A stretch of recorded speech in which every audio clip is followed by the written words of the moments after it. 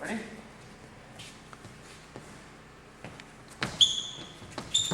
And we can throw the things in. If he goes back, he has to do the parry pass. In that case, he's not just passive defender, he's an active defender. He can beat me with the parry pass.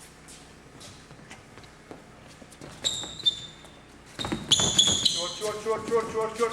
Nope, nothing. Late, because you drop it. Again, you're dropping too much. Right. No, too much.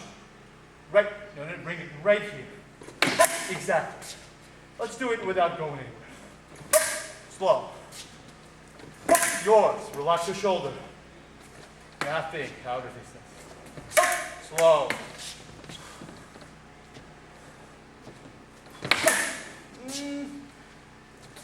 Okay, the first disengage. Just a little bit forward. First, when you do that, just give the twitch forward. Not like 1, 2. Just enough to give you momentum. 1, 2. Right there.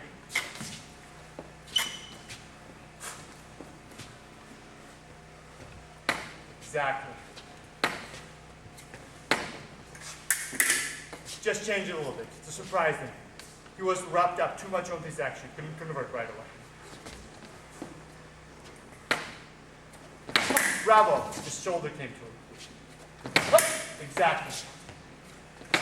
And continue if you have to. You paid attention too much to the first touch, you forgot to one, and you drilled with it before. Yeah. So you can have to convert from one to the other. Bravo. Nothing. Relax. Good. Nothing. Up and continue.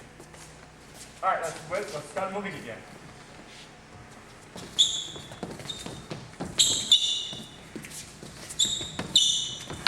Up too much, Nick. Bravo.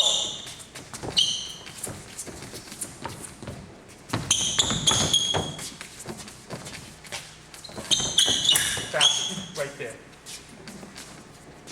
Okay. Right. See, I give you preparation. You guys see it? Clear preparation. He has to be ready to come out. He missed the moment. So that means he missed the touch. Besides, set up your own action. So, for example, Sergei Golubitsky, we talked about it, on 14-14, 4-4. Everyone knew he was going to go false lunge, circle 6 parry. Everyone. That was a signature move. Watch the 97 World Championships. What 98 World Championship finals. It's 14-14, 9-9. Well, the 98 he did a long attack because he faked a hamstring injury in the second period. So Gregory was not expecting that long advanced lunge. Because he hobbled for the last 3 minutes, and a boom, let's go. And Gregory goes, it doesn't count, he was hurting, he cannot go that fast.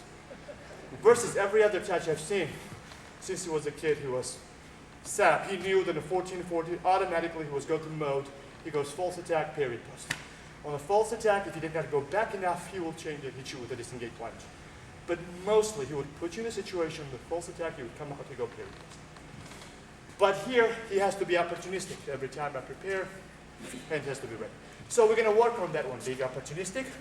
And we talked about when we take the kid, when I take the kid, see what he has naturally, developed by coach, what he does the best, and put him in the situation he would do those things the best. Work on his strength. And then teach him how to be opportunistic.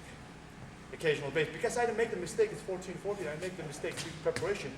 Besides him set up the counter post, he has to be ready to take it. And I know Nick does. I mean, I've seen Nick, he was fencing you, I remember.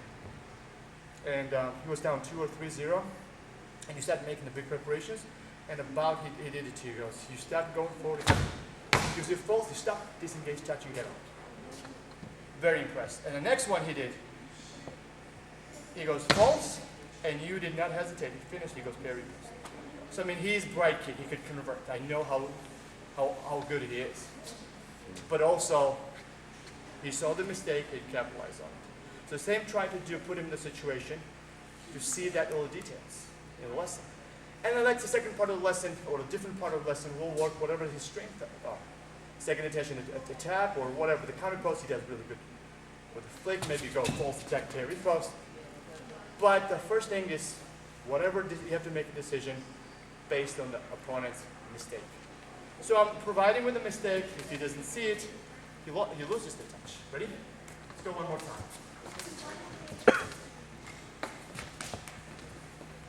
But again, I'm sorry, interruption. To be able to do this, he has to be in tremendous shape like we talked with Andre. The legs.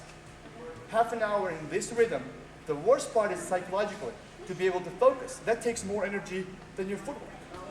You're mentally drained. So, first thing is when you get tired, blood flow goes, slows up into your brain, reaction time goes back. That's why you miss off target, because the reflexes come back later.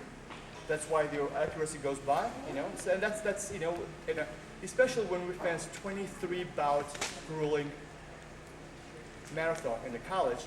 If you're not in a tremendous shape, physically, forget about it. You're going to run out of steam. So then when your speed gets slower, your confidence levels go down, your coaches yelling at you, and the pressure gets to you, and then the world-class fencers go 500. Easily. You can lose to anyone. So and a tremendous physical shape. That's why Andre preaches, and all the coaches, work a lot on the footwork, run, the jump. Now we're gonna do set piece, okay? Nick's gonna do attack me when I take the forward parry. You're only gonna attack me on my forward parry. Nothing else. Anything else, forward, you have to lunge.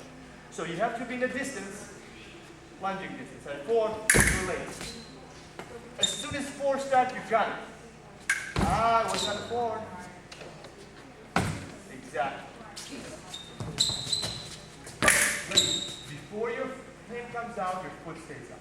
I want, right there, whatever you want, move. Up, hand comes out. Because if not, you're going to get parry from it. Right. Stay on the parry. Nice.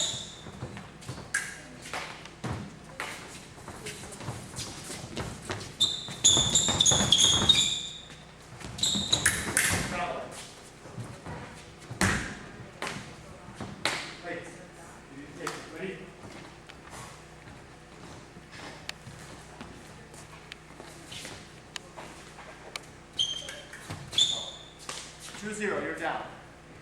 3-0, you made the wrong choice.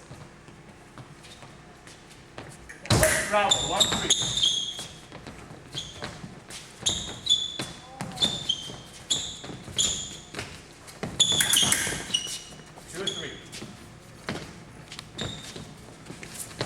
Too far.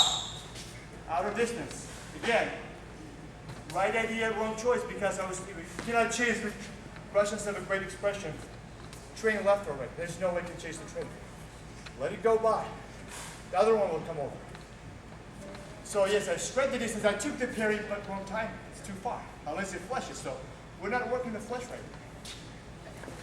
So he's down 4-1. Come in the bout. Somehow, some way, cannot put it together. It's a certain bout. He's down 4-1. That's how he's going to dig it out of the hole.